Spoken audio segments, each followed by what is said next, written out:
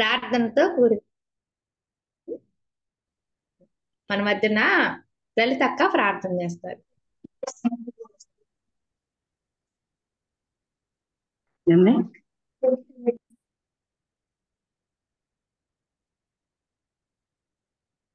మెట్లో పడింది అక్క లలితక్క. హలో అక్క స్టార్ట్ చేయండి. ఏం ప్రేయరా? ప్రే చేయండి అక్క. చేస్తా.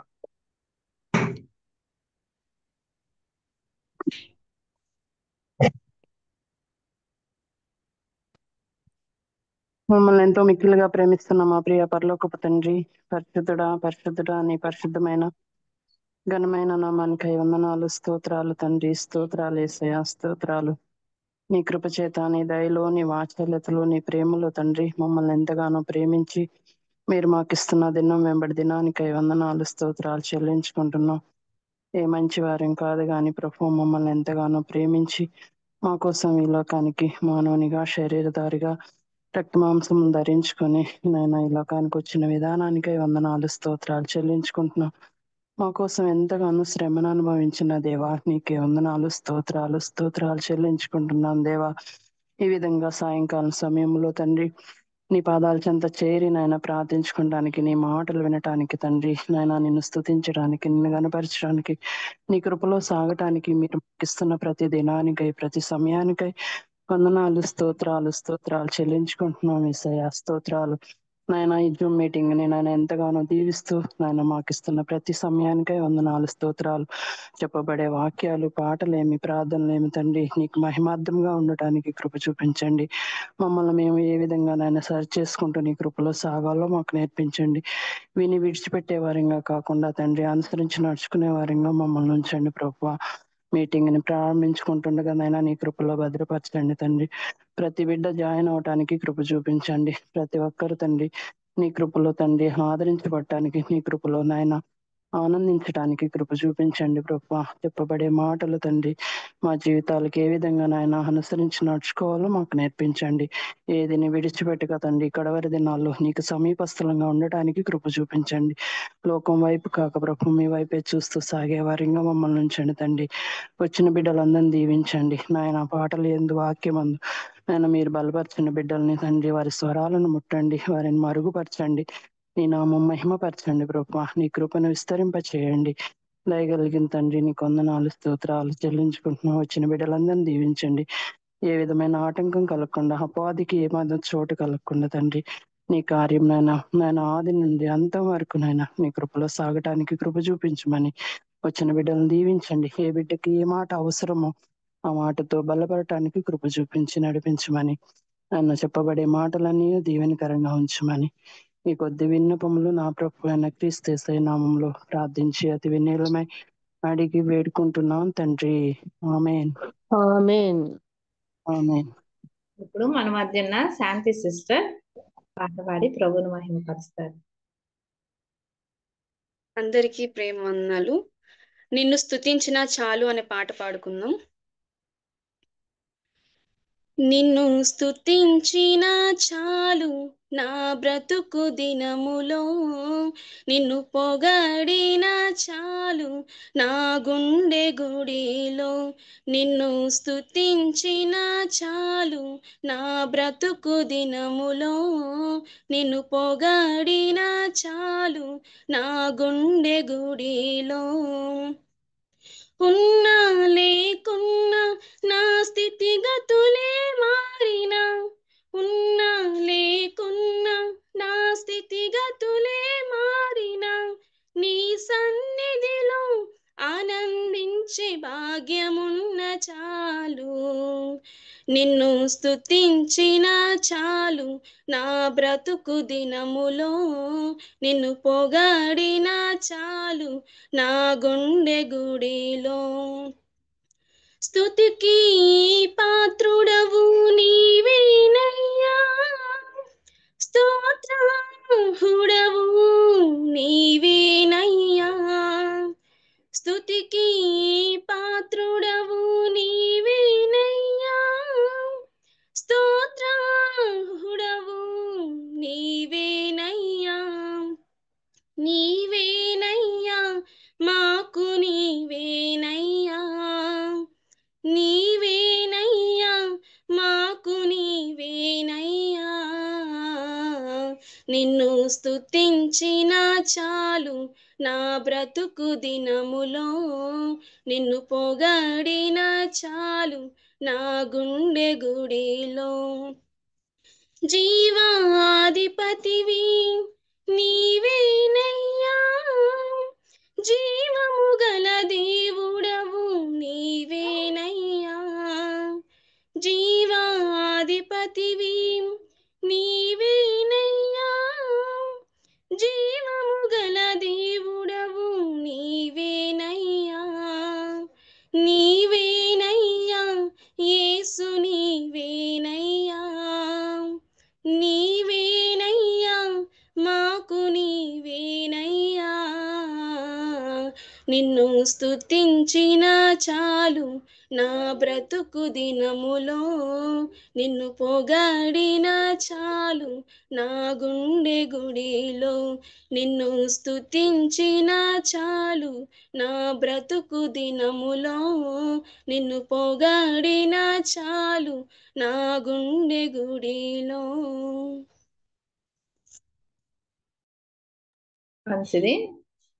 మంచి పాట పాడి వినిపించిన సోదరికి వందనాలు. అవును, మనము ప్రభుని స్తుతించినా చాలు. అవును, ఆయన అన్నిటికీ యోగ్యుడు, పూజ్యుడు.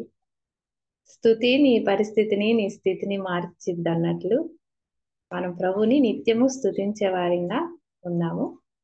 అయితే ఇప్పుడు సోదరి మన మధ్య వాక్యం అందించింది. మొదటిగా తన గురించి, మరి వారి ఇక్కడ హైదరాబాద్ మోరే క్రిస్టియన్ అసెంబ్లీలో బాధ్యత కలిగిన సహోదరుడుగా తన భర్త ఇక్కడ ఉన్నారు. జాబ్ చేసుకుంటూ పరిచర్యలో కొనసాగుతున్నారు.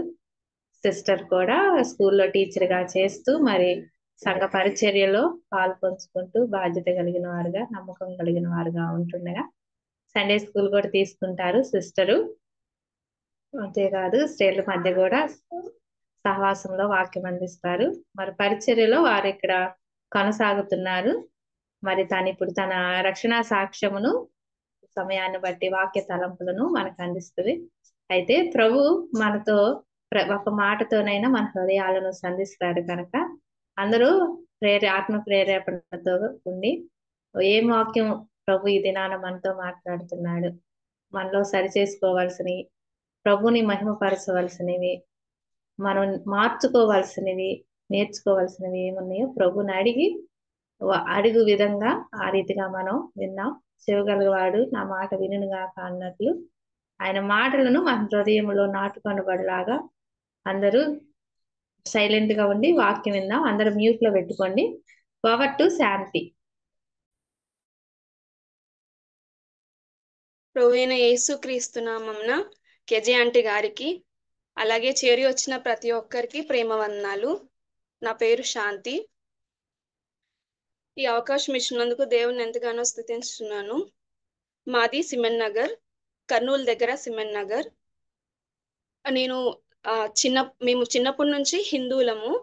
అయితే నేను సండే స్కూల్లో నేను దేవుని విషయాలు, దేవుని గురించి తెలుసుకొని 5వ తరగతి చదువుతున్నప్పుడు మా అమ్మమ్మకి పక్షవాతం వచ్చింది.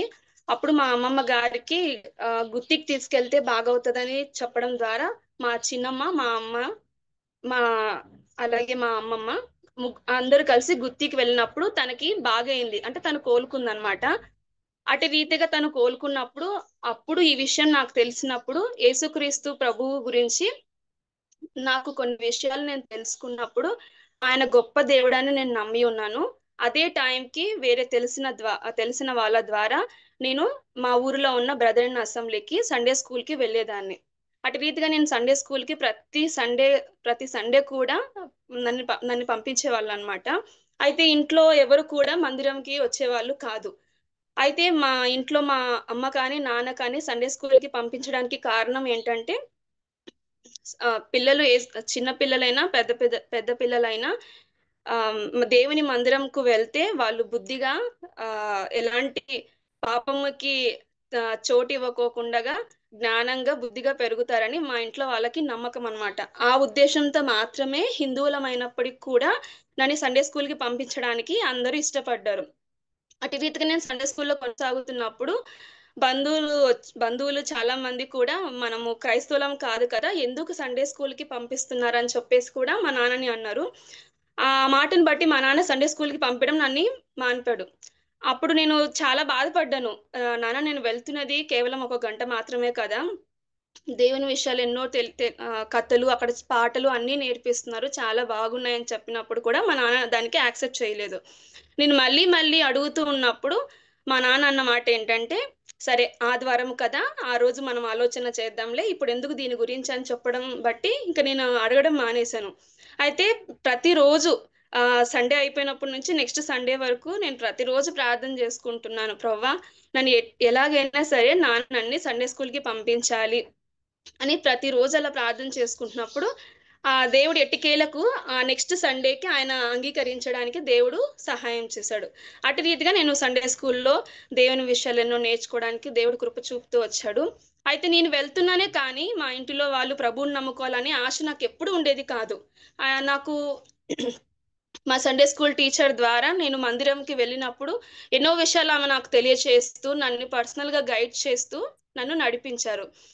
చాలా సార్లు సంఘంలో జరుగుతున్న మీటింగ్స్ విషయంలో కూడా మా నాన్న పంపివనప్పుడు మా ఆంటీ గారే ఇంటికి వచ్చి తను ఎంతో ప్రేమించి, అమ్మ మీ పాప మా పాపలానే నాతో పాటు వస్తుంది కదా అని చెప్పేసి తన అలాగా తన యొక్క మంచి మాటల్ని బట్టి నన్ను సండే స్కూల్కి వాళ్ళు తీసుకుని వెళ్ళేవాళ్ళు అనమాట. అటు రీతిగా అన్ని కూడికలకు కూడా ఆ ఆంటీని బట్టి నన్ను మా ఇంట్లో వాళ్ళు సండే స్కూల్కి పంపించేవాళ్ళు. తర్వాత ఆరాధనకి పెద్దగైన తర్వాత అటు రీతిగా నేను కొనసాగుతూ ఉంటే, అయితే ఎప్పుడే గాని కూడా అమ్మ వాళ్ళు నమ్ముకోవాలన్న ఆశ నాకు ఉండేది కాదు. ఇటు రీతిగా నేను కొనసాగుతున్నప్పుడు 9th క్లాస్లో ఒక మీటింగ్లో ఒక అంకుల్ ఒక మాట చెప్పారనమాట. దేవుని మందిరానికి వెళ్తున్నాము వస్తున్నాము కానీ నీ పాపములు క్షమించబడ్డాయని మీకు నమ్మకం ఉన్నదా, మీ పేరు జీవగ్రంథంలో రాయబడి ఉన్నదా అని ఆయన ఒక ప్రశ్న వేశారు. ఆ ప్రశ్న వేసినప్పుడు నిజంగా అంటే నాకు భయం మొదలైంది. అవును, ఏదో వెళ్తున్నాను వస్తున్నాను మందిరంకి, కానీ నా పాపం నేను ప్రభు దగ్గర ఎప్పుడు కూడా సంపూర్ణంగా ఒప్పుకోలేదే అని ఆ రోజు నేను ఆ మాటల్ని బట్టి ఆ దినమే ఆ అంకుల్ ముందరే ప్రార్థన చేసుకొని, నిజమే ప్రభువా నేను పాపిని, నువ్వు నా కొరకు ప్రాణం పెట్టావు, నేను ఇన్ని రోజులు వెళ్తూ వస్తున్నానే కానీ నా పాపములు నేను ఎదుట ఎప్పుడు ఒప్పుకోలేదని చెప్పి ఆ దినాన నేను ఒప్పుకోవడం జరిగింది. అటు రీతిగా 9వ తరగతిలో ఉన్నప్పుడు నేను తీర్మానం చేసి ఉన్నాను. ఆ తర్వాత కొన్ని దినాల తర్వాత మా అమ్మ నాన్న రక్షణ పొందాలని ప్రార్థన చేస్తున్నప్పుడు దేవుడు వారిని కూడా చిన్నగా, వాళ్ళు మందిరంకి వచ్చేవాళ్ళు కాదు కానీ ఇంట్లో నేనేం చెప్పినాను వాళ్ళు వినేవాళ్ళు, వాళ్ళు కూడా నాకు సపోర్ట్ గా ఉండేవాళ్ళు అనమాట. ఆ తర్వాత 10th అయిపోయి ఉన్న తర్వాత కాలేజ్ డేస్ లో కూడా నాన్నకి ఒక మాట ఏంటంటే, నన్ను చదివించకూడదు ఆయనకి ఇష్టం లేదనమాట. కారణం ఏంటంటే నాకు చిన్న వయసులోనే వివాహం చేయాలని ఆలోచన చేశారు. అయితే ఆ వివాహం కుదిరి ఉన్నప్పుడు కుటుంబాన్ని బట్టి నేను ఆ వివాహానికి ఒప్పుకున్నాను. తర్వాత నేను బాధపడింది అంటే, ప్రభువా నేను అక్కడికి వివాహం చేసుకొని వెళ్తే ఆ హిందూ కుటుంబాల్లో నాకు దేవుని మందిరం ఉండదు కదా నేను ప్రార్థన చేశాను. ఆ టైంలో ఒక 2 మంత్స్ దాదాపు 2 మంత్స్ నుంచి నేను ప్రేయర్ చేస్తున్నాను ఆ వివాహము క్యాన్సిల్ అవ్వాలని చెప్పేసి. అయితే దేవుడు ఆశ్చర్య రీతిగా ఇంటి వారి మీద నింద లేకుండా వాళ్ళ సైడ్ నుంచే, వద్దులే పాప చిన్నది కదా వివాహం ఎందుకు అని చెప్పి వాళ్ళు చెప్పడం బట్టి ఆ వివాహం క్యాన్సిల్ అయిందనమాట. అటు రీతిగా మా మీద కూడా నింద లేకుండా ప్రార్థనను బట్టి ప్రభు సహాయం చేశాడు. నా జీవితంలో ప్రభువుని నమ్ముకున్నాక అది ఒక గొప్ప కార్యం. ప్రభువుని నమ్మి ఉన్న తర్వాత ప్రభువుని నమ్మిన వారిని వివాహం చేసుకోవాలి, అది తెలిసి తెలియని ఏజ్ లో నేను ఉన్నాను. ఆ టైంలో నాకు వివాహం అయిపోవాల్సిన పరిస్థితిలో ఉన్నప్పుడు ప్రభు నా ఎడల కృప చూపాడు. తర్వాత కాలేజ్ డేస్ లో కూడా ఇంట్లో నాన్నగారు చదివించడానికి ఆయన ఇష్టపడలేదన్నమాట. అంటే ఆయనకున్న చిన్న బలహీనత ఏంటంటే ఆయన త్రాగేవారు అనమాట. తాగేవారు. పిల్లలు కాలేజెస్కి వెళ్తే పిల్లలు చెడిపోతారు అన్న చిన్న భయంను బట్టి ఎక్కడికి నన్ను పంపించే వాళ్ళు కాదు. అయితే చాలా సార్లు ఇటు విషయాల్లో నేను ఎలాంటి ప్రాబ్లమ్స్ అన్న వస్తున్నప్పుడు కూడా సంఘం వాళ్ళు అలాగే నేను ప్రార్థన చేసుకోవడం బట్టి ప్రభు అట్టి విషయాల్లో కూడా చదువుకోవడానికి సహాయం చూపాడు. ఆశించిన రీతిగానే ఇంటికి దగ్గరలో కాలేజ్లో సీట్ రావడం బట్టి నేను డిప్లొమా చదువుకోవడానికి దేవుడు కృప చూపాడు. ఆ తర్వాత డిప్లొమా అయిపోయిన తర్వాత నేను 2017లో బాప్తిసం తీసుకున్నాను. నేను రక్షించబడిన దానికి బాప్తిసం తీసుకోవడానికి చాలా గ్యాప్ ఉంది. దాదాపు శాంతి 8-9 వీడియో ఆఫ్ చేస్తామా? వాయిస్ కట్ అవుతుంది. ఓకే అక్క. ఇప్పుడు ఓకేనా అక్క? అక్క వినిపిస్తుంది అక్క? వినిపిస్తుందిరే శాంతక్క, చెప్పు. అట్టి రీతిగా నేను కాలేజ్ డేస్ లో చదువుకోవడానికి దేవుడు సహాయం చేశాడు. ఆ తర్వాత బాప్తిసం తీసుకునడానికి నేను ఎందుకు నిర్లక్ష్యం చేశానంటే, నేను ప్రభువుని నమ్మి ఉన్నాను, రక్షించబడ్డాను. అయితే నాలో ఇంకా కొన్ని బలహీనతలు నన్ను వెంటాడి ఉన్నాయన్నమాట.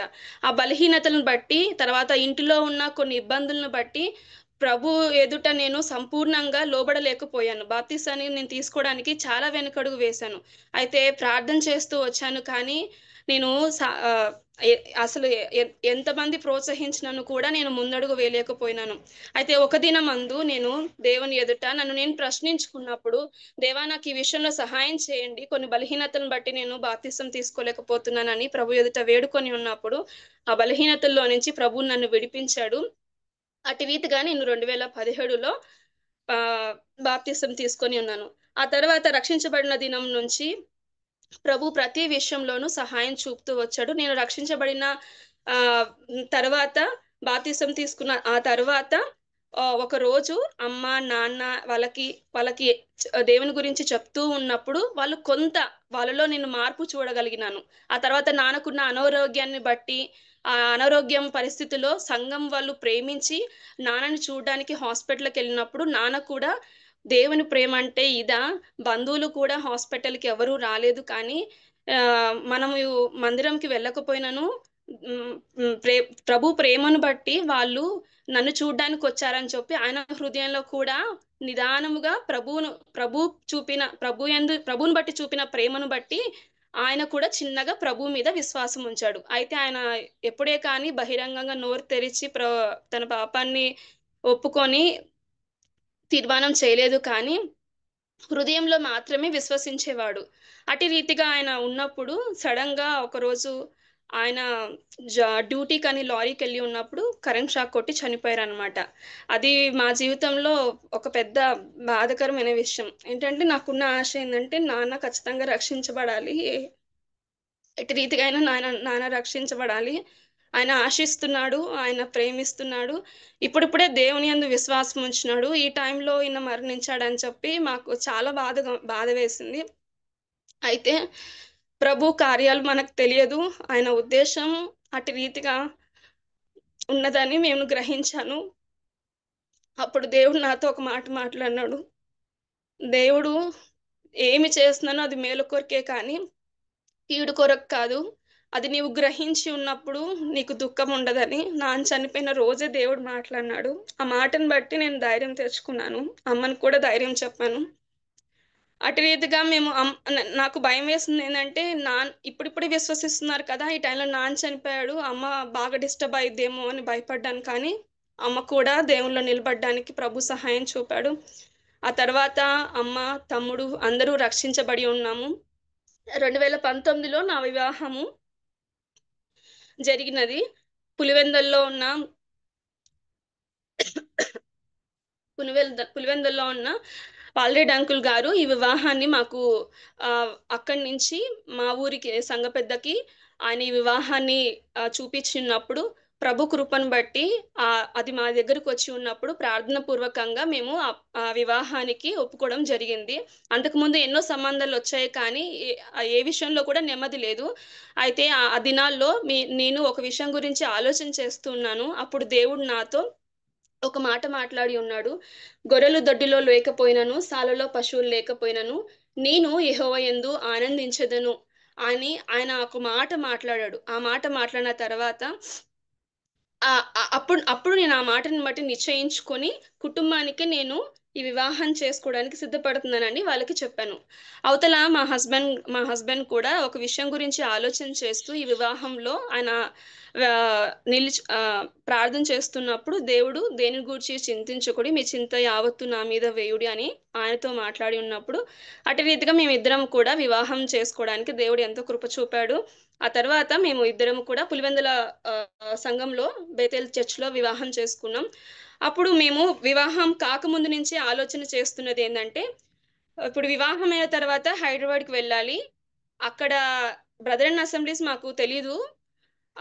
ఎట్లా ప్రవ్వా నీ సహవాసం ఎక్కడికి వెళ్ళినా కూడా మాకు నువ్వు ఏర్పరుస్తూ వచ్చావు.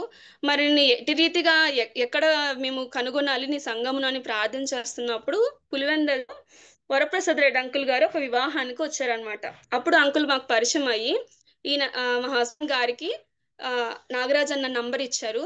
ఆ తర్వాత నాగరాజ్ అన్నే మాకు వివాహం కాకముందు నుంచి అన్న ప్రతి ఒక 10 daysకి అలాగా కాల్ చేసి ఫాలో అప్ చేశారనమాట. అప్పుడు మేము అనుకున్నాం వివాహమైన తర్వాత అన్న మనల్ని చూడకపోయినా కూడా మనల్ని ఫాలో చేస్తున్నారు ప్రభు ప్రేమను బట్టి అని మేము కూడా చాలా సంతోషించాం. అట్టి కృపను బట్టి వివాహము అవ్వక మునుపే మాకు ఇక్కడ సంఘం పరిచయం అవ్వడం మాకు చాలా సంతోషం వేసింది. అట్టి రీతిగా మేము వివాహమైన తర్వాత ఇక్కడికి వచ్చి ఇక్కడ మోరే క్రిస్టియన్ అసెంబ్లీలో కొనసాగడానికి ప్రభు కృప చూపాడు. అందుని బట్టి చాలా సంతోషిస్తున్నాను. ఇది నా సాక్ష్యము. మీరును మా కుటుంబం కొరకు ప్రార్థన చేయండి. ప్రేమించి నాకు ఇచ్చిన అవకాశంను బట్టి కెజాంటి గారికి, అలాగే ఎస్తేర్ ప్రేయర్ వేరర్స్ కి పరిచయం చేసిన ఎస్తేర్ అక్క గారికి ప్రేమ వందనాలు. కొద్దిసేపు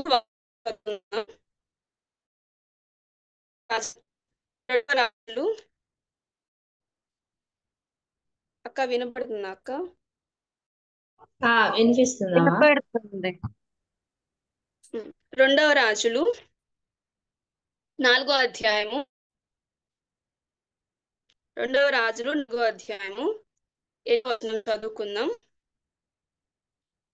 ఒక దినము ఎలీషా షూనేము పట్టణకు పోగా అచ్చట గనురాలైన ఒక స్త్రీ భోజనమునకు రమ్మని అతన్ని బలవంతము చేసెను గనక అతడు ఆ మార్గమున వచ్చినప్పుడెల్లా ఆమె ఇంట భోజనం చేయుచు వచ్చెను. ఆ తర్వాత 10వ వచనం చదువుకుందాం. అతడు నీవింత శ్రద్ధాభక్తులు ముందు కనపరిచితివి, నీకు నేమి చేయవలెను. ఆ తర్వాత 16వ వచనం చదువుకుందాం. ఎలీషా మరుసటి ఏట ఈ ఋతువున నీ కౌగిట కుమారుడునని ఆమెతో అనను. ఆమె ఆ మాట విని దైవజనుడైన నా ఏలినవాడ అలాగూ పలకవద్దు, నీ దాసురాలైన నాతో అబద్ధం ఆడవద్దునను.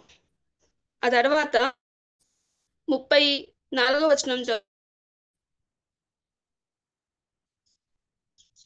36వ వచనం. ఇప్పుడు అతడు పిలిచి ఆ శూన్యమీరాల్ని పిలుచుకొని రమ్మనగా వాడు ఆమెను పిలిచాను.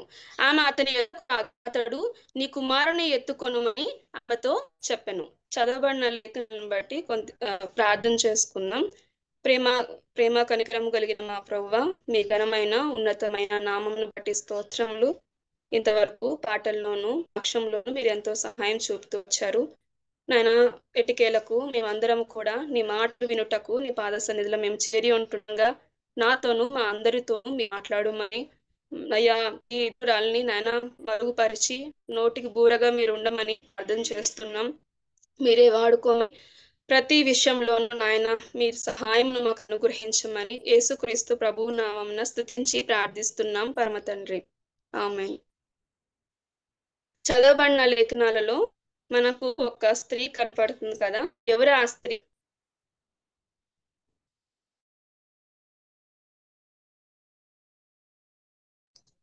ధన్యవాదాలు.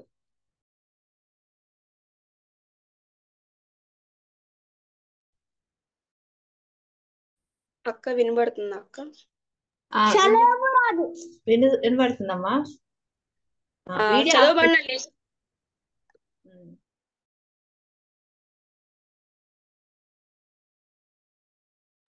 కంటిన్యూ చేయమా.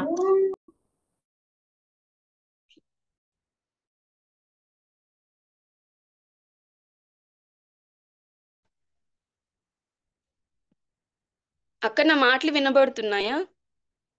ఇప్పుడు వినిపిస్తున్నాయి. సరే అక్క, వీడియో ఆఫ్ చేస్తాను అయితే. వీడియో ఆఫ్ చేయి.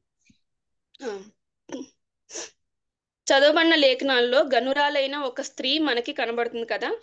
ఈ గనురాలైన స్త్రీ ఎవరని మనం ఆలోచన చేస్తే ఈమె ఒక భక్తి కలిగిన స్త్రీ. 13వ వచనంలో ఒక మాట ఉంటుంది, నీవు ఇంత శ్రద్ధాభక్తులు మా యందు కనబరిచితివి, నీకు నేను ఏమి చేయవలను? శ్రద్ధా భక్తులు కనబరిచిందంటే ఈ స్త్రీ ఎవరని మనకు కనబడుతుంది? భక్తి కలిగిన ఒక స్త్రీ.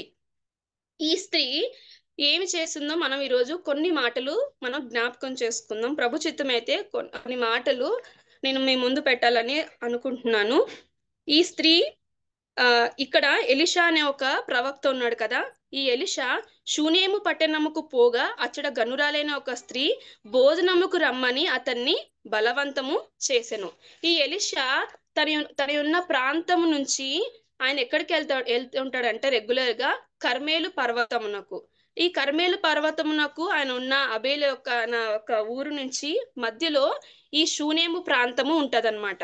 అయితే ఈయన ఎప్పుడు వెళ్తున్నాడు, ఈ సేవకుణ్ణి గమనించింది. ఆయన ఆ ఊరి మీద వెళ్తున్నాడని ఆమె గ్రహించి ఆమె ఏమని ఆలోచన చేసిందంటే అతన్ని భోజనమునకు పిలవాలని ఆలోచన చేసింది. భోజనముకు రమ్మని అతన్ని ఏం చేస్తుందంటే ఆమె బలవంతము చేసెను. ఈ స్త్రీ బలవంతము చేసిన స్త్రీలాగా మనకి కనబడుతుంది. మొదటిగా ఈ స్త్రీ భక్తి కలిగిన స్త్రీ, రెండవదిగా ఈ స్త్రీలో మనకేం కనబడుతుంది? బలవంతము చేసిన స్త్రీ. ఇదేనికి బలవంతం చేస్తుంది? ఆమె భోజనమునకు రమ్మని బలవంతం చేస్తుంది. నిజముగా దేవుని బిడ్డల్ని మనం ప్రేమించి మన ఇంటికి వారిని ఆహ్వానించి వారి అవసరతలను తీర్చడంలో మనం వారిని బలవంతము చేయాలి. ఈ స్త్రీ బలవంతం ఎట్టి రీతిగా చేస్తుంది చూడండి. ఆయన కర్మేలు పర్వతానికి వెళ్తున్నాడు. ఆయన దాదాపు ఆయన ఉన్న ప్రాంతం నుంచి కర్మేలు పర్వతమునకు వెళ్ళాలి అంటే 40 మైళ్ళు పైనే ఉంటుందన్నమాట. ఈ శూన్యం పట్టణం మధ్యలో ఉంది కాబట్టి ఆయన ఇక్కడ కొంత ఆగి వెళితే ఆయనకి బాగుంటుంది, ఆయనకి ఇబ్బందికరంగా లేకుండా ఉంటుంది అని తను ఆలోచన చేస్తుంది. తన అలసటని తీర్చాలని కూడా ఆలోచన చేస్తుందని మనం అర్థం చేసుకోవచ్చు. ఈ స్త్రీ ఇటు రీతిగా బలవంతం చేసి ఆయనని ఇంటికి ఆహ్వానిస్తుంది కదా. అయితే మనము ఆదికాండంలో 13వ అధ్యాయం 3వ వచనం ఒకసారి చదువుకుందాం. ఆదికాండము 13వ అధ్యాయము 19వ అధ్యాయము 3వ వచనం. అయినను అతడు మిక్కిలి బలవంతం చేసినప్పుడు వారు అతని తట్టు తిరిగి అతని ఇంట ప్రవేశించిరి. అతడు వారికి విందు చేసి పొంగని రొట్టెలు కాల్చగా వారు భోజనము చేసిరి. ఇక్కడ లోతు ఏం చేస్తున్నాడు? దేవదూతల్ని బలవంతము చేసి వారికి ఆహారాన్ని పెట్టినట్టుగా మనం చూస్తా ఉన్నాం. అంత మాత్రమే కాదు, లూకా రాసిన సువార్త 24వ అధ్యాయం 29వ వచనంలో కూడా ఏమని ఉంటుందంటే యేసును వాళ్ళు బలవంతము చేసిరి కాబట్టి ఆయన అక్కడ నిలిచి భోజనం చేశాడు అని మనం చూడొచ్చు. లూదియా కూడా పౌలును బలవంతము చేసి ఇంటికి రమ్మని పిలుస్తుంది. ఈ మాటల్ని బట్టి మనం ఏమైనా ఆలోచన చేయొచ్చు అంటే మన యొక్క పెద్దలని మనము వారిని మన ఇంటికి ఆహ్వానించే విషయంలో బలవంతము చేయాలి, వారిని ప్రేమించాలి, ప్రేమను బట్టి పని చేయాలి, ప్రేమను బట్టి వారిని పిలవాలని మనం ఆలోచన చెయ్యొచ్చు. తర్వాత 2వ రాజుల గ్రంథము 4వ అధ్యాయం 9వ వచనం చూసుకుందాం. కాగా ఆమె తన పెనిమిటిని చూచి మన యొద్దకు వచ్చుచూ పోవచ్చున్నవాడు భక్తిగల దైవజనుడని నేను ఎరుగుదును.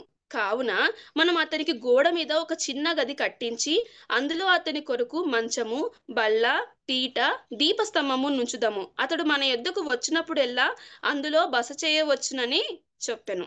అయితే ఇప్పుడు ఈ స్త్రీ ఏం చేస్తుంది? తన భర్త దగ్గరకు వచ్చి మన యొద్దకు వచ్చు పోవచ్చున్నవాడు భక్తి గల దైవజనుడని నేను ఎరుగుదును. ఎలిషాని ఆమె ఏమని గ్రహించింది? భక్తి గల దైవజనుడని ఆమె గ్రహించింది. మనం కూడా మనం వెళ్తున్న సంఘంలో కానీ లేదంటే మనం వింటున్న వాక్యాన్ని కానీ అది భక్తికి సంబంధించినదా కాదా అని మనం ఆలోచన చేయాల. ఈ స్త్రీ గ్రహిస్తుంది, అతను భక్తిపరుడని ఆమె గ్రహిస్తుంది కాబట్టే తన భర్త దగ్గరికి వెళ్ళి ఏమని అడుగుతుంది?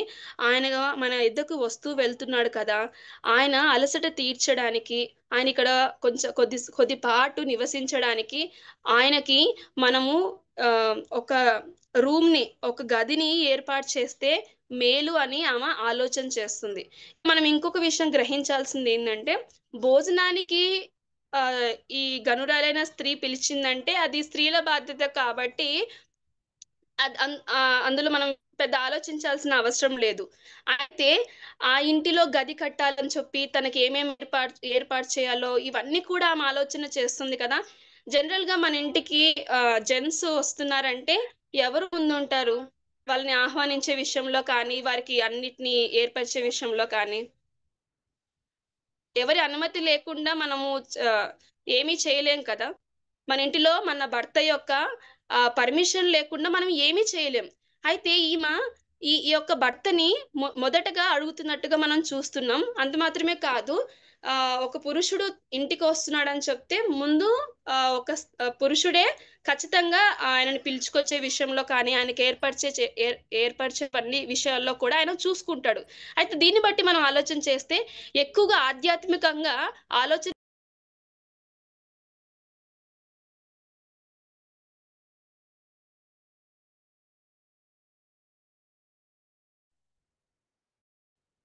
అక్క అది మధ్యలో ఎందుకు కట్ అయిపోతుంది? ఓకే. అటు రీతిగా పురుషులు ఆలోచన చేయాలి. అయితే ఇక్కడ ఆధ్యాత్మికంగా ఎవరు ఆలోచన చేస్తున్నారు? ఈ స్త్రీ ఆలోచన చేస్తుంది. ఈ స్త్రీ ఆలోచన చేస్తుందంటే తన భర్తకి అంత ఆధ్యాత్మిక జ్ఞానము లేదని కాదు, కానీ తనకన్నా కొద్దిగా భక్తి విషయంలో ఈ స్త్రీ మొదటగా ఉండొచ్చు. అయితే తన భర్త కన్నా ఎక్కువగా ఆధ్యాత్మికంగా ఆలోచన చేస్తూ ఉండొచ్చు. ఈ స్త్రీ తన భర్త దగ్గరికి వెళ్ళి తన పర్మిషన్ లేకుండా అయితే ఏమీ కూడా చెయ్యట్లేదు. మన ఇంటిలో మనం కూడా ఏ పని ఆలోచన వచ్చినా, అది మనకే మొదటగా ఆలోచన వచ్చినా సరే, మనము మొదటగా మన కుటుంబంతో దాన్ని ఒకసారిగా మాట్లాడుకొని ఆ పని మొదలు పెట్టుట విషయంలో మనం ఎంతో జాగ్రత్త కలిగి ఉండాలి. ఆ భర్త సహకారం లేకుండా తను ఏమీ చెయ్యట్లేదని మనం ఆలోచన చేయొచ్చు. భర్త మాటను బట్టే ఆమె ముందుకు కొనసాగుతుందని కూడా ఆలోచన చేయొచ్చు. అయితే ఆయన భోజనము తర్వాత ఏమంటారు, చిన్న గది, అందులో మంచము, బల్ల, పీట, దీపస్తంభము నుంచుదము, అతడు మన ఎద్దకు వచ్చినప్పుడల్లా అందులో బస చేయవచ్చునని చెప్పాను. ఆ తర్వాత అతడు అక్కడికి ఒకానొక దినమున వచ్చి ఆ గదిలో చొచ్చి అక్కడ పరుండెను. అంటే ఇప్పుడు పర్మిషన్ గ్రాంటెడ్ అయింది కదా, తినకి పర్మిషన్ గ్రాంటెడ్ అయ్యింది. ఆమె ప్రార్థన పూర్వకంగా తన భర్తని కలిసి ఆ విషయాల గురించి భర్తతో ఆలోచన చేసినప్పుడు వాళ్ళు ఏం చేయగలిగారు? ఆ యొక్క దైవజనుడికి వాళ్ళు అక్కడ గదిని ఏర్పాటు చేసినట్టుగా మనం చూస్తూ ఉన్నాం. ఈమె ఏం చేస్తుంది? ఇక్కడ బస ఏర్పాటు చేస్తుంది. ఈ భక్తి కలిగిన స్త్రీ ఎలీషాను బలవంతము చేస్తుంది. అదే రీతిగా అతనికి బస ఏర్పాటు చేస్తున్నట్టుగా చూస్తా ఉన్నాం.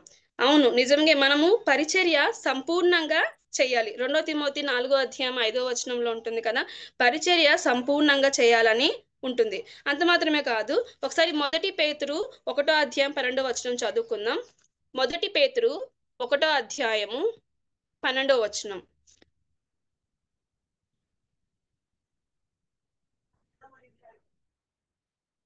1 పేతురు 1:12. పరలోకం నుండి పంపబడిన పరిశుద్ధాత్మ వలన మీకు సువార్త ప్రకటించిన వారి ద్వారా మీకిప్పుడు తెలుపబడిన ఈ సంగతుల విషయమై తమ కొరకు కాదు గాని మీ కొరకే తాము పరిచర్య చేసిరని సంగతి వారికి బయలుపరచబడెను. దేవదూతలు ఈ కార్యములను తొంగి చూడగోరుచున్నారు. ఏ కార్యమును? పరిచర్య చేసిన సంగతిని దేవదూతలు ఏం చేస్తున్నారంట? ఆ కార్యమును తొంగి చూచుచున్నారు.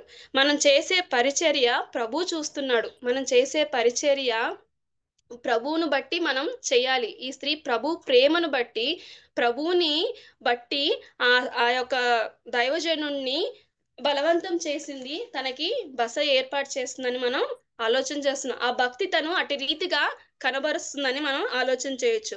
ఆ తర్వాత 1 కొరింథీ 16:15 కూడా స్టెఫెన్ ఇంటి వారు పరిచర్య చేయుటకు తమ్మును తాము అప్పగించుకొనిరి. ఆ స్టెఫెన్ ఇంటి వాళ్ళంట పరిచర్య చేయడానికి తమను తాము అప్పగించుకున్నారు. మరి మన ఇంటిలో పరిచర్య ఎట్టి రీతిగా మనం కొనసాగిస్తున్నాం? మన దేవుడు మనల్ని ప్రేమించి మనకు అనుగ్రహించిన సంఘ పెద్దల విషయంలో ఎట్టి రీతిగా మనం ఆలోచన చేస్తున్నామో మనల్ని మనం ప్రశ్నించుకోవాలి. పరిచర్య చేసేవారిగా ఉండాలి. అది ఎట్టి పరిచర్యనే అయినను సరే, అది మనం అధికంగా అయినను సరే, ఇంకా దేని పరంగా అయినను సరే, లేకపోతే వారి అవసరతల విషయంలో మనం వారి కొరకు ప్రార్థన చేసినా కూడా అది కూడా ఒక పరిచర్యే. అటు రీతిగా మనం వారి కొరకు ప్రార్థించాలి, పరిచర్య చేయాలి, వారి భారమును మనం గ్రహించాలి. ఈ యొక్క ఎలీషా భారమును తను గ్రహించింది. ఆ కర్మేలు పర్వతమునకు ఆయన వెళ్ళినప్పుడు అంతా ఈ శూన్యం పట్టణం మీదే వెళ్తున్నాడే, ఆయన కొంత అలసట తీర్చుకుంటే మేలు కదా, అతని క్షేమం కదా, ఆ దైవజనుడు మన ఇంటికి వస్తే మేలు కదా అని ఈ స్త్రీ గ్రహించిందని మనం ఆలోచన చేస్తున్నాం. తర్వాత హెబ్రీలకు రాసిన పత్రిక 6వ అధ్యాయం 10వ వచనం చూసుకుందాం. హెబ్రీలకు రాసిన పత్రిక 6వ అధ్యాయము 10వ వచనము. మీరు చేసిన కార్యమును మీరు పరిశుద్ధులకు ఉపచారము చేసి ఇంకను ఉపచారం చేయుచుండట చేత తన నామమును బట్టి చూపిన ప్రేమను మరచుటకు దేవుడు అన్యాయస్తుడు కాదు. మనం చేసిన ఈ ఉపచారము, మనం చేసిన ఈ పరిచర్య తన నామమును బట్టి, మనం ప్రభు ప్రేమను పట్టే కదా ఏ పరిచర్య అయినాను చేసేది. ఆ ప్రభు ప్రేమను పట్టి మనము పరిచర్య చేసి ఉన్నప్పుడు, తన నామమును బట్టి చేసి ఉన్నప్పుడు దేవుడు మరచుటకు దేవుడు అన్యాయసుడు కాదు. ఆయన మర్చిపోయేవాడు కాదు. ఈ స్త్రీ విషయంలో తిను చేసే భక్తిని బట్టి, తిను చేసే పరిచర్యను బట్టి ఈమె జీవితంలో దేవుడు ఏ మేలు చేశాడో మనం ముందున్న వచనాల్లో ఆలోచన చేయొచ్చు. ఇటు రీతిగా ఈ స్త్రీలో మనము 3 విషయాలు గ్రహించి ఉన్నాం కదా. ఆ తర్వాత కింది వచనాలు చదువుదాం. 2వ రాజుల గ్రంథము 4వ అధ్యాయము 13వ వచనము. అతడు, నీవు ఇంత శ్రద్ధాభక్తులు మా యందు కనుబరిచితివి, నీకు నేనేమి చేయవలను? రాజుతోనైనను సైన్యాధిపతితోనైనను నిన్ను గూర్చి నేను మాట్లాడవలని కోరుచున్నావా అని అడుగుమని గెహజీకి ఆజ్ఞయ్యగా వాడు ఆ ప్రకారం ఆమెతో అనను. అందుకే ఆమె, నేను ఆ స్వజనులలో కాపురం ఉన్నానెనను. ఎలీషా ఆమె నేనేమి చేయకూర్చున్నదని వారిని అడుగగా గెహజీ ఆమెకు కుమారుడు లేడు, మరియు ఆమె పెనిమిటి ముసలివాడని అతనితో చెప్పెను. అందుకతడు ఆమెను పిలువమనగా వాడు ఆమెను పిలిచెను. ఆమె వచ్చి ద్వారమందు నిలవగా ఎలీషా మరుసటి ఏట ఈ ఋతువున నీ కవిగుట కుమారునునని ఆమెతో అనను. ఇక్కడ ఈ స్త్రీని ఎలీషా పిలిచి ఏమని మాట్లాడుతున్నాడు కదా, నువ్వు మా యందు ఇంత శ్రద్ధ భక్తులు కనబరిచావు, మీకు ఏమి చేయాలి అని అడిగినప్పుడు ఆమె ఏమంటుందంటే, తనకున్న అవసరత ఒకటి ఉన్నది. ఏంటి అవసరత? తనకి పిల్లలు లేరని మనం కింది వచనాల్లో చదువుతున్నాం కదా. అంత మాత్రమే కాదు, తన భర్త ముసలివాడంట. అంటే ఇప్పుడు ఆ స్త్రీకి ఏమాత్రము కూడా హోప్స్ కూడా ఉండకపోయిండొచ్చు.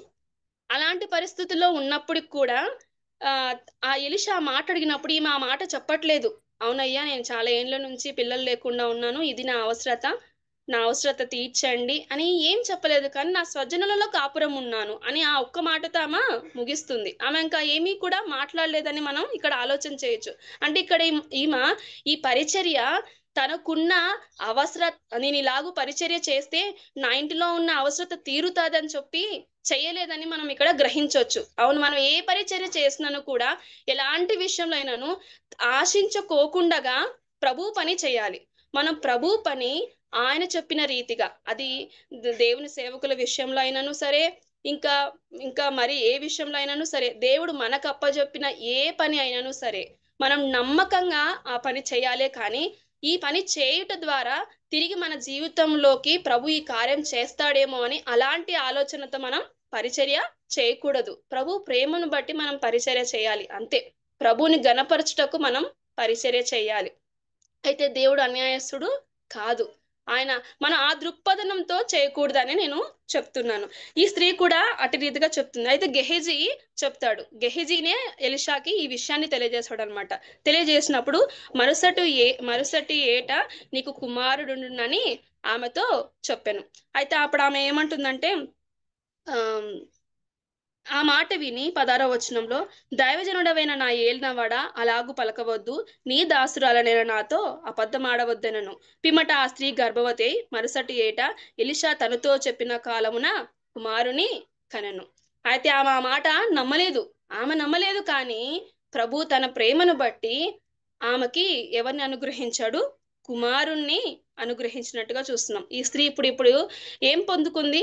బహుమానం పొందుకుంది. ప్రభు ప్రేమను బట్టి తను చేసిన పరిచర్య, ఏమాత్రము కూడా ఆశించుకోకుండా చేసిన పరిచర్యను బట్టి తన జీవితంలో దేవుడు బహుమానాన్ని అనుగ్రహించినట్టుగా చూస్తా ఉన్నాం.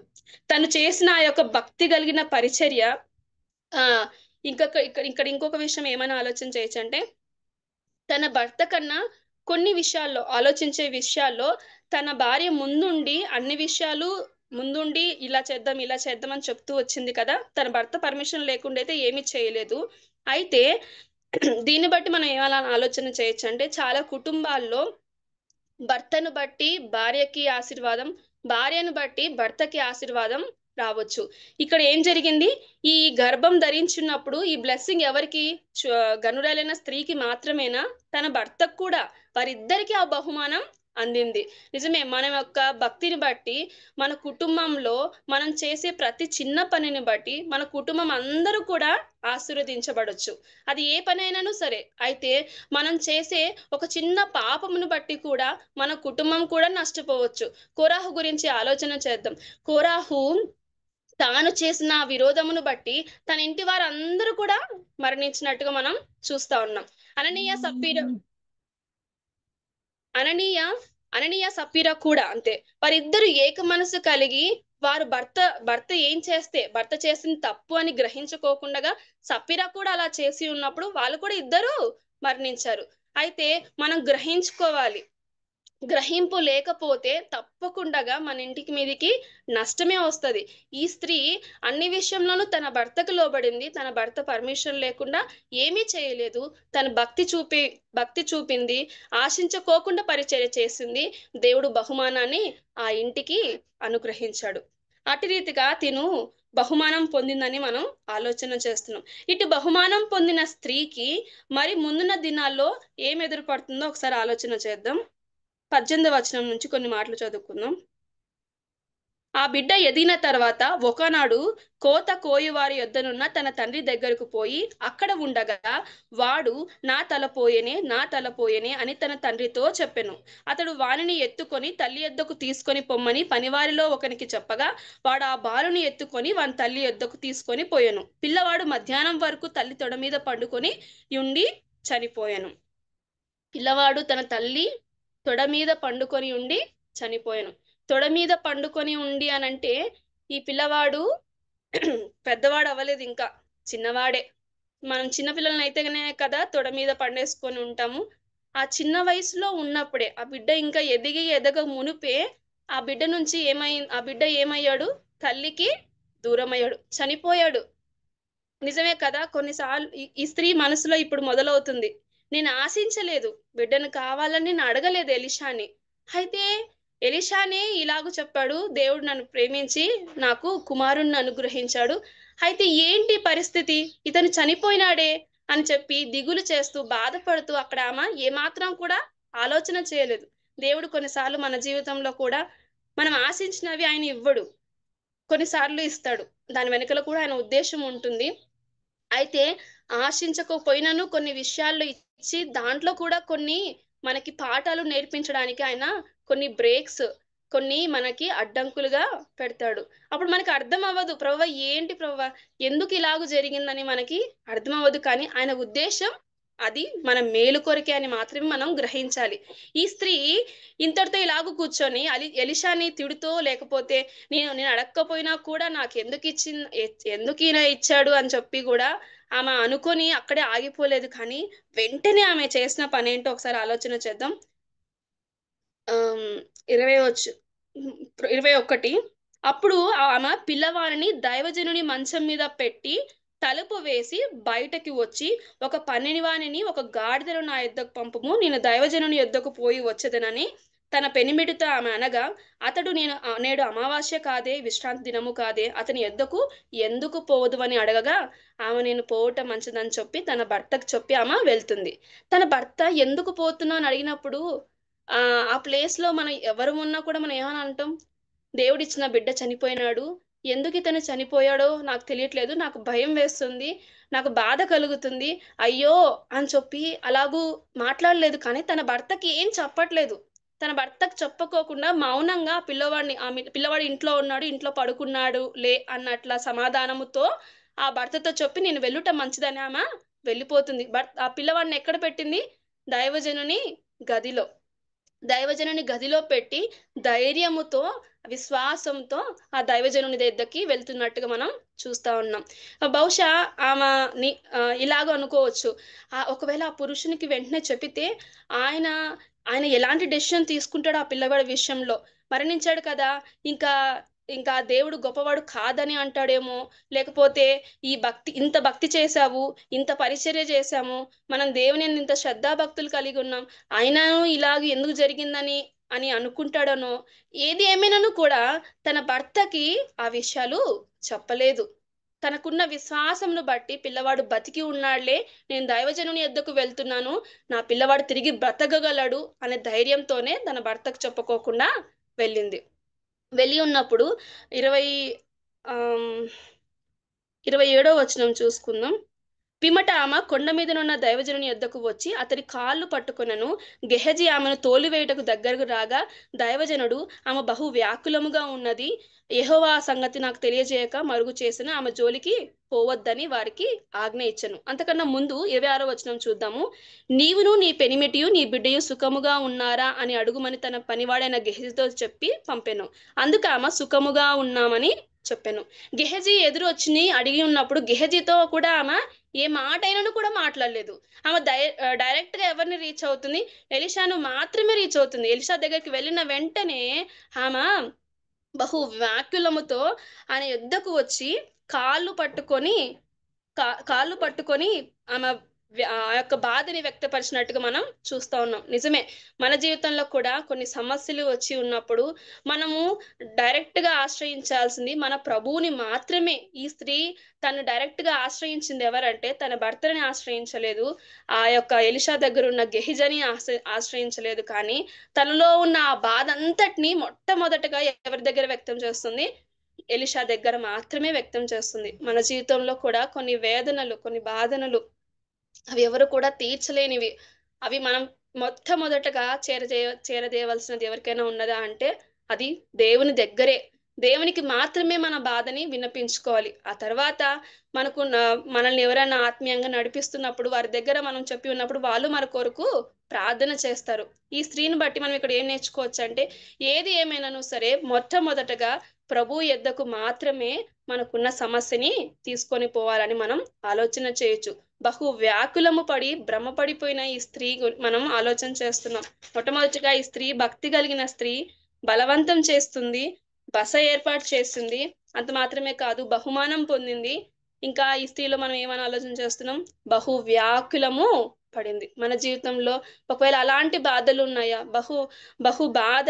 బహు వాక్యులము అలాంటి పరిస్థితుల్లో కూడా మనం ప్రభు యొద్దకు చేరదీయొచ్చు. ఆ బాధని ఆయన దగ్గరికి తీసుకొని వెళ్ళొచ్చు.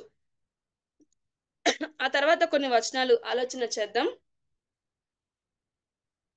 28వ వచనం. అప్పుడు ఆమె, కుమారుడు కావాలని నేను నా ఏలిన వాడవైన నిన్ను అడిగితినా, నన్ను భ్రమ పెట్టవద్దని నేను చెప్పలేదా అని అతనితో మనవి చేయగా అతడు, నీ నడుము బిగించుకొని నా దండమును చేత పట్టుకొని పొమ్ము, ఎవరైనాను నీకు ఎదురుపడిన ఎళ్ళ వానికి నమస్కరింపవద్దు, ఎవరైనాను నీకు నమస్కరించిన ఎళ్ళ వారికి ప్రతి మర్యాద చేయవద్దు, అక్కడికి పోయి నా దండమును ఆ బాలుని ముఖము మీద పెట్టుమని గెహజీకి ఆజ్ఞ ఇచ్చెను.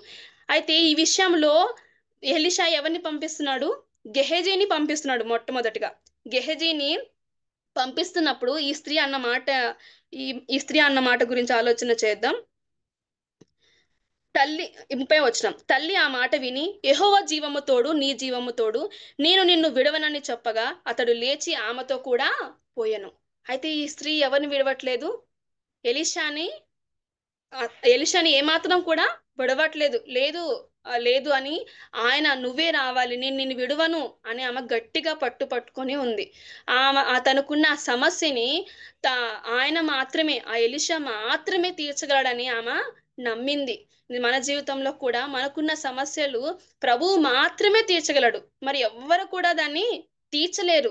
ఎవరు ఎన్ని మాటలు చెప్పినాను ఆ ఆదరణ, ఆ ఆలోచన అది మనకి కొంతవరకు సహాయపడుతుంది. కానీ ఆ తర్వాత తిరిగి మన సమస్యని కూడా ఎవరు తీర్చలేరు. అయితే ప్రభు మనతో ఉన్నప్పుడు, ప్రభువుని మనం ఎక్కడికి వెళ్ళినాను ఆయన మనతోనే ఉండమని మనం బతిమిలాడి ఉన్నప్పుడే అది మనకు నెమ్మది అనుగ్రహిస్తుంది.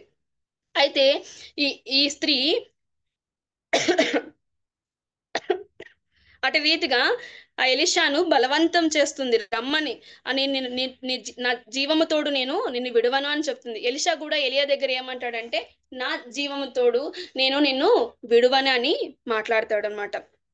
కింద వచనాలను చూద్దాము. 32 నుంచి, ఎలీషా ఆ ఇంటజొచ్చి బాలుడు మరణమై ఉండి తన మంచం మీద పెట్టబడి ఉండుట చూచి తానే లోపలికి పోయి వారిద్దరే లోపల నుండగా తలుపు వేసి యెహోవాకు ప్రార్థన చేసి మంచం మీదకెక్కి బిడ్డ మీద తన్ను చాచుకొని తన నోరు వాని నోటి మీదను తన కండ్లు వాని కండ్ల మీదను తన చేతులు వాని చేతుల మీదను ఉంచి బిడ్డ మీద పొడుగుగా పడుకొనగా ఆ బిడ్డ ఒంటికి వెట్ట పుట్టెను. తాను దిగి ఇంటిలో ఇవతల నుండి అవతలకు ఒకసారి తిరిగి నడిచి మరలా మంచం మీదకెక్కి వాని మీద పొడుగుగా పండుకొనగా బిడ్డ 7 మార్లు తుమ్మి కండ్లు తెరిచెను. అప్పుడు అతడు గెహజీని పిలిచి ఆ షునేమీయురాల్ని పిలుచుకొని రమ్మనగా వాడు ఆమెను పిలిచెను. ఆమె అతని యొద్దకు రాగా అతడు నీ కుమారుని ఎత్తుకొనుమని ఆమెతో చెప్పెను. అంతటా ఆమె లోపలికి వచ్చి అతని కాళ్ళ మీద సాష్టాంగ పడి లేచి తన కుమారుని ఎత్తుకొని పోయాను. ఈ ఎలీషా ఏం చేస్తున్నాడు? మంచం మీద పడుకొని ఉన్న పిల్లవాడి మీద తన నోరు వాని నోటి మీదను తన కండ్లు వాని కన్నుల మీదను చేతులు వాని చేతుల మీదను ఉంచి బిడ్డను బ్రతికించినట్టుగా మనం చూస్తా ఉన్నాం. బిడ్డను బ్రతికించాడు. ఆమె ఎట్టి రీతిగా ఎలీషా మాత్రమే తన యొక్క సమస్యను తీర్చగలడని విశ్వాసంతో అడుగులు వేసిందో అట్టి రీతిగానే ఆ ఎలీషాని తీసుకొని వచ్చినప్పుడు ఆ బిడ్డ ప్రార్థన చేయంగానే ఆ బిడ్డ బ్రతికాడు. నిజమే కదా? తనకున్న విశ్వాసమును బట్టి ఇప్పుడు ఏం చేసింది ఈ స్త్రీ? బిడ్డను బ్రతికించుకుంది. మన జీవితంలో కూడా ప్రభు మనల్ని ప్రేమించి మనల్ని రక్షించి ఎట్టి రీతికైతే ఈ పిల్లవాడు నోటి మీద నోరు కాలు మీద కాలు చేతుల మీద చేతులు పెట్టినప్పుడు ఆ బిడ్డ బ్రతికించబడ్డాడో, నీవు నేను చేసిన పాపమును బట్టి మనం చేసిన ఆ తప్పుడు ఆలోచనలను బట్టి ప్రభు యొక్క ఆ శిరస్సుకు ముళ్ళ కిరీటము, మనం చేసిన చేతులతో పాపమును బట్టి ఆయన చేతులకు చీలలు, మనం చేసిన మన తప్పుడు నడవడికను బట్టి ఆయన కాళ్ళకు చీలలు, మన దేహం అంతయు చేసిన ఆ పాపను బట్టి ఆయన డొక్కలో బల్యము. ఇటు రీతిగా మన దేహము తల నుంచి కాలు వరకు మనం ఎటు రీతిగా అయితే ఎంత పాపము చేసామో మన యొక్క ప్రతి ఒక్క అవయమును బట్టి మనం పాపం చేసామో అటు రీతిగా ఆయన కూడా ఆయన దేహం అంతయు కూడా మనం చేసిన పాపమును బట్టి ఆయన బాధపడ్డాడు. ఆయన బాడీలో ఎక్కడ కూడా ఒక్క మూలన కూడా గాయం లేకుండా లేదు. ప్రతి చోట కూడా ఆయన గాయపరచబడ్డాడు. కారణం మనం చేసిన పాపమును బట్టి, మనం చేసిన ప్రతి పాపమును బట్టి ఆయన గాయపరచబడగా మనకు ఆ యొక్క మరణంలో నుంచి మనం జీవాన్ని పొందుకున్నాం. చివరిగా కొన్ని మాటలు చూసుకొని ముగించుకుందాం.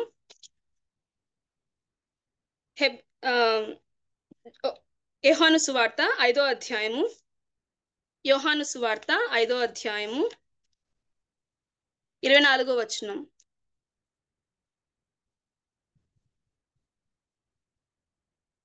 నా మాట విని నన్ను పంపిన వాని యందు విశ్వాసముంచువాడు నిత్య జీవము గలవాడు.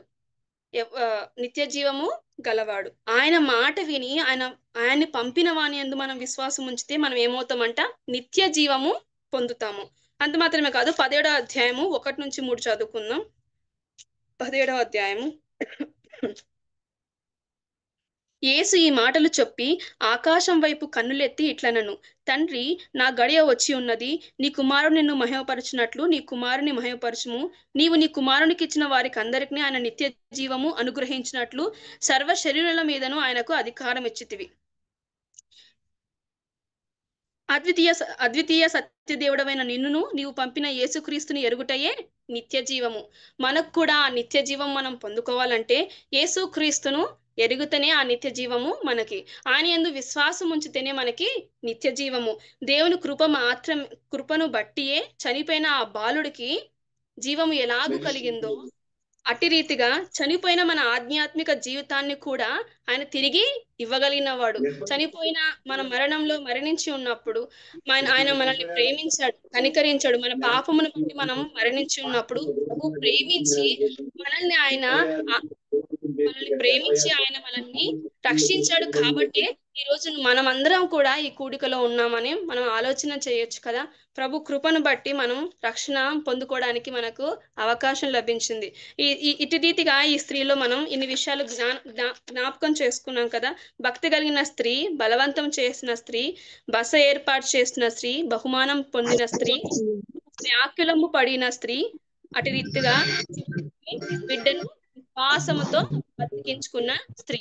మరి మన జీవితంలో కూడా ఇటు లక్షణాలు కలిగి మనం కూడా జీవిద్దాం. పరిచర్య చేయువలే, బలవంతం చేసేవారి వలె, మనకి ఎటువంటి వ్యాకులం ఉన్నప్పుడు కూడా ప్రభుని ఆశ్రయించి ప్రభు పరిచర్యలో విశ్వాసంతో కొనసాగులాగున మన యొక్క జీవితంలో ఏ స్థితిలో అయితే మనం మరణించి ఉన్నామో ఆ స్థితిలో ప్రభువు ఆ జీవం పోయగలడని చెప్పి నమ్మి విశ్వసించి ముందుకు సాగుదాం. అందరికీ ప్రేమ వందనాలు. సిస్టర్, చక్కని వర్తమానం విన్నాము. ప్రభు అనేక విషయాలు మనకు తెలియజేశారు. దేవుడు మనం చేసే ప్రతి క్రియను చూస్తున్నాడు. అయితే ప్రతిఫలం ఇచ్చే దేవుడు ఉండగా మంచి చేసినప్పుడు దేవుడు చూడాలనుకుంటాం, చెడు చేసినప్పుడు దేవుడు చూడకుండా ఉంటే బాగుండు అనుకుంటాం. కానీ ఎవరి క్రియలకు తగ్గిన ప్రతిఫలం ప్రభు ఇచ్చేవాడు. అన్యాయస్తుడైతే కాదు. మరి ఈ సునేమిరాలు 7 విషయాలు మనం ధ్యానం చేసాం. మరి సిస్టర్ చక్కని వర్తమానం ఇచ్చారు.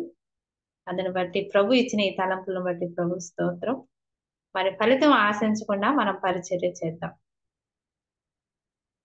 ఫలితాన్ని ఆశించినప్పుడు అది వేరుగా ఉంటది. కానీ మన కొరకు ప్రాణం పెట్టి పాపము నుండి మనను విడిపించిన ఆ జీవాధిపతిని మనం స్తుతించటమే, జ్ఞానపరచటమే మనకి ఇచ్చిన భాగ్యం.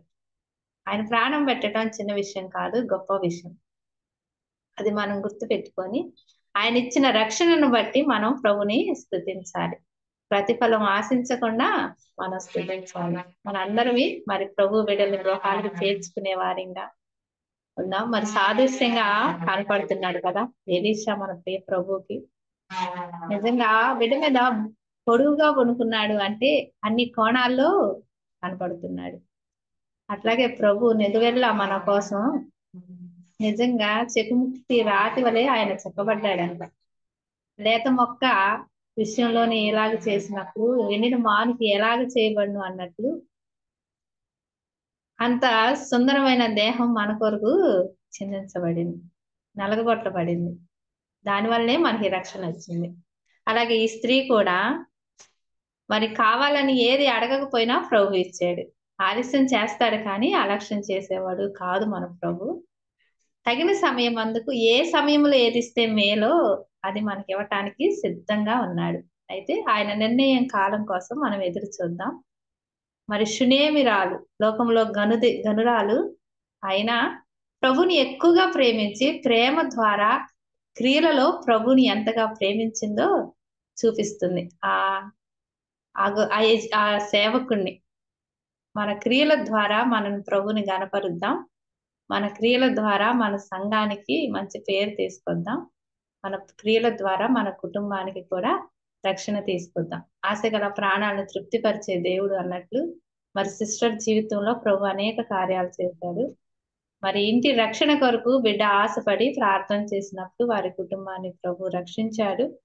మరి ఇక్కడ పరిచర్యలో వాళ్ళు పాలు పంచుకోవటానికి మరి సిస్టర్ వాళ్ళైతే ఈ పని మరలా నాకు దొరకదేమో అన్నట్లు ప్రారంభం నుంచి ముగించేంత వరకు ఉండి ప్రతి పనిలో పరిచర్యగా సహకారులుగా ఉంటారు. మరి చక్కని వర్తమానం అందించిన సోదరికి ప్రేమ వందనాలు. నేను ఒక చిన్న మాట చెప్పాలనుకుంటున్నాను. నేను ఆంటీ గారిని పొగడాలని కాదు, కానీ నాకు ఈ షునేమిరాలు గురించి విన్నప్పుడల్లా నాకు ఆంటీ గారే గుర్తొస్తారు.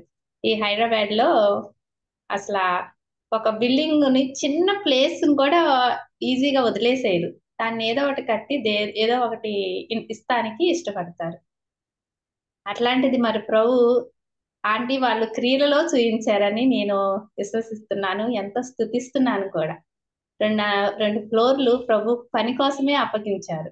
నిజంగా ఆ శునేమిరాలు తన భర్తను అడిగి మేడగదిని సిద్ధం చేసింది. మేడగదిని సిద్ధం చేయటం అంటే ఇంట్లో యజమానులు ఎవరు అంత ఇష్టపడరు కదా, ఎంత ఖర్చు ఎంత వ్యయం పెట్టాలి. కానీ ఆ భార్య ప్రవర్తన తన భర్త అలాగ చేయటానికి నడిపించటానికి ఎంతో మాదిరిగా కనపడింది. అట్లాగే ఆంటీ వాళ్ళు కూడా ఈ గృహాన్ని పరిచర్యకి ఇచ్చారు. మరి ఆంటీ కన్నీటి ప్రార్థన ద్వారా పాలన్నని రక్షించుకుందని నేను ఎప్పుడు ఎంతో స్తుతిస్తాను. ఎందుకంటే సందర్భం వచ్చింది కాబట్టి చెప్పాలని అనిపించింది. ఆ క్రియను బట్టి ఆంటీ గారు ప్రేమించిన దేవుని ప్రేమించిన ఆ క్రియను బట్టి ప్రభుని నేను స్తుతిస్తున్నాను. ఆంటీ గారు వాళ్ళు కూడా వాళ్ళ కుటుంబం ద్వారా ప్రభుని మహిమపరిచారు. మనం కూడా మరి బైబిల్లో శునేమిరాలను చూసాము. వ్యక్తిగతంగా నా జీవితంలో కూడా నేను ఆంటీ గారి జీవితాన్ని చూశాను. మరి పెద్దవాళ్ళు మనకు మాదిరిగా ఉన్నారు. మనం కూడా ఆ చొప్పున నడుచుకుందాము. ప్రభు ఈ తలంపులు ఇచ్చినందుకు ప్రభునికి స్తోత్రం. మంచి వర్తమానం అందించిన సిస్టర్ కూడా ప్రేమ వందనాలు. మరి ప్రేయర్ రిక్వెస్ట్ ఆంటీ గారు, ఆంటీ అమ్మా వందనాలు. నేను ఇవ్వాలండి. చెప్పండి ఆంటీ. అమ్మ, ఈ ప్రాంతంలో ఎక్కువ దొంగలు తిరుగుతున్నారు. లేని నేను ఇద్దరమే మంది ఉన్నాము. ఎవరు చూడలేదు, ప్రార్థించేయమ్మా. అలాగండి, అర్థమైంది సిస్టర్? అర్థమైంది ఆంటీ. సైట్ కోసం ప్రేయర్ చేయండి అమ్మా. అలాగే ఆంటీ. చేరి వచ్చిన సోదరులందరికీ వందనాలండి. నిజమే, సిస్టర్ శాంతి యేసురాజా మనకు తెలిసిన సంభవమైన వాక్యంలో నుండి మంచి వర్తమానం తీసుకొని రాగలిగింది. దేవునికి స్తోత్రం, వందనాలు. చక్కగా బిడ్డను వాడుకున్నారు దేవుడు, అందుకు వందనాలు. మరి సాక్ష్యంలో అలాగే విత్తబడిన దేవుని వాక్యంలో కూడా దేవుడు మంచి ఆ సందేశాన్ని ప్రతి ఒక్కరిలో ఫలింపచేయను గాక. వందనాలు దేవునికి. అలాగే సిస్టర్ కూడా వందనాలు. శాంతి. అలాగే మన ప్రార్థనా అంశాల విషయంలో మరి ఇప్పుడు లేయా దెబరా వాళ్ళు చెప్పారు. ఇంకా ఎవరికైనా ప్రార్థనా అంశాలు ఉంటే తెలియజేయండి. మరి సోదరి చెప్పినట్టుగా మిక్కిలి అల్పులమైన మమ్మల్ని కొన్ని ప్రాంతాల్లో దేవుడు ఆయా స్థలాలకు ఉద్యోగరీతిగా బదిలీ జరిగినప్పుడు సంఘం లేని చోట మన సంఘమును మరి నెలకొల్పాలనే భారం బ్రదర్ గారికి పెట్టడం ద్వారా దేవుడు మహాకృపను చూపించి దాదాపు 6-7 చోట్ల దేవుని కొరకు మందిరాలను, భౌతికమైన మందిరాలను దేవుడు ఇచ్చాడు. అలాగే ఆధ్యాత్మికమైన మందిరాలను, అనగా జీవం కలిగిన దేవుని ప్రజలను ఇచ్చాడు.